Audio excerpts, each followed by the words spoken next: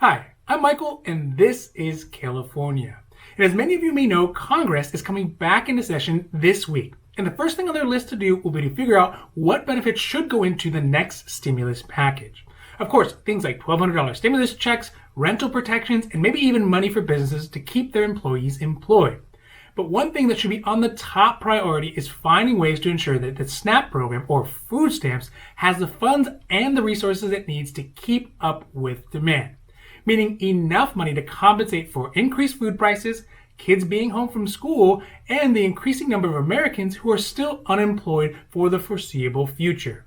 So today we're going to talk about 5 reasons why more money and more improvements are needed on the SNAP program and should be included in the next stimulus bill, in order to help hungry Americans across the country until we are all able to get back to work. Now before we do that, if you like this information, if you find it interesting, if you find it helpful, please don't forget to like and subscribe. That way you can get updates when our newest and most informative videos become available. Encourage all states to expand SNAP benefits. So currently it is possible for states to relax some eligibility rules for their SNAP programs and provide temporary extensions and expansions for some SNAP benefits. And most states have seen the value in these rules and extended and expanded their SNAP benefits for their residents.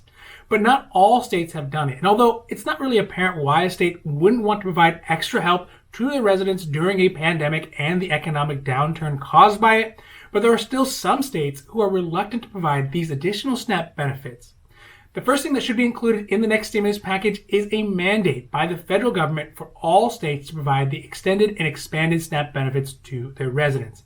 This is plain and simple, a necessity that states need to do in order to help their residents. Increase the SNAP benefit by 15%. When the pandemic first hit, it was apparent that the economy was going to suffer due to prolonged lockdowns. So, in the Family First Act that passed at the beginning of all the lockdowns, it included additional funding to temporarily boost emergency allotments of SNAP benefits to help deal with the increased number of people who were becoming permanently unemployed. Of course, this helped immensely for those families who usually made too much money to receive the full benefits from SNAP. That is because in this rule, regardless of someone's income, as long as their income was within the program eligibility level, they could still get the maximum amount of SNAP benefit. But the shortfall to this provision is that it did not assist those people who were already receiving the max and also already had the lowest income, which is around 40% of the participants. These folks did not see an increase in any of their SNAP benefits, but still feel the effects of the increased food prices.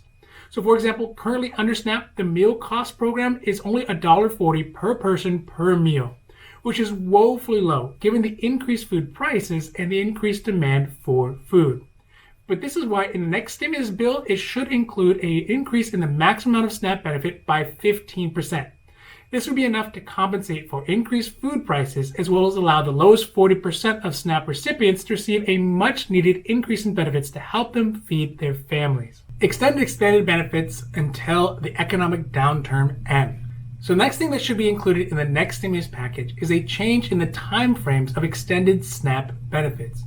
So currently states are extending SNAP benefits on an ad hoc basis, meaning that every month they have to apply for additional benefits for the following month. And this causes a lot of uncertainty in those households who are benefiting from the extra SNAP benefits. So SNAP should take a hint from other services like Medicare and extend their benefits indefinitely. Now, Medicare is extending some of its eligibility rules to coincide with the end of the pandemic. So it's extending its additional provision until 2 months after the pandemic is declared over.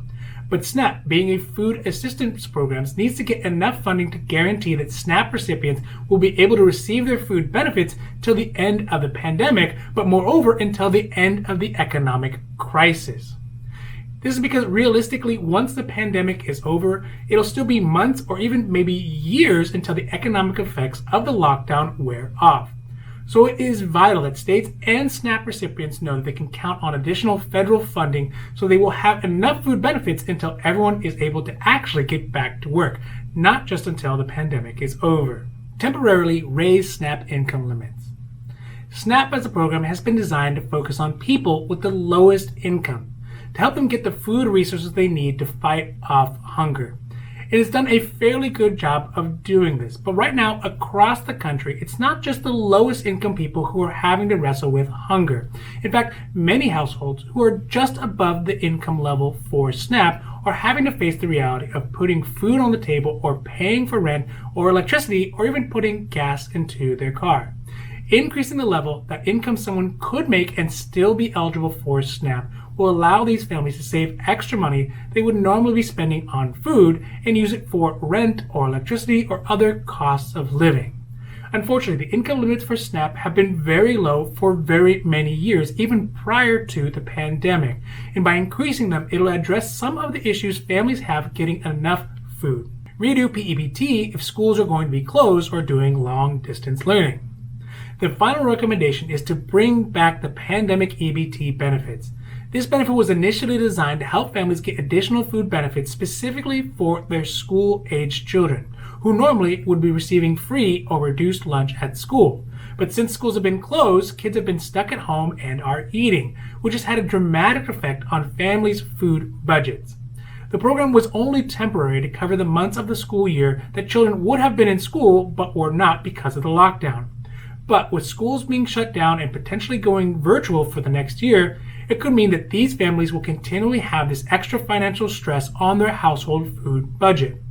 This is why it's super important to extend PEBT benefits up until schools are declared back in consistent service, and I would even say continue one school year after, just in case schools have to yo-yo back and forth in and out of service like they are doing right now. This week and next week will be big weeks for our country because it'll be an opportunity for our elected officials to show that when the going gets tough, they can put aside their bickering, put aside their squabbling, and actually make decisions that are in the best interest of the country and not just in their own supporters.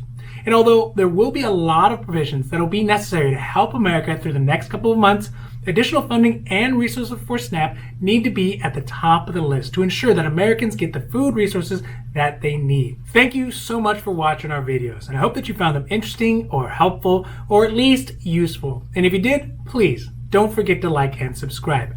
That way you can get updates when our newest and most informative videos become available. Also, if you have any comments or questions, leave them down below. We love to see your comments and questions, and we'll be happy to make a new video or a new post to go over them as soon as we can.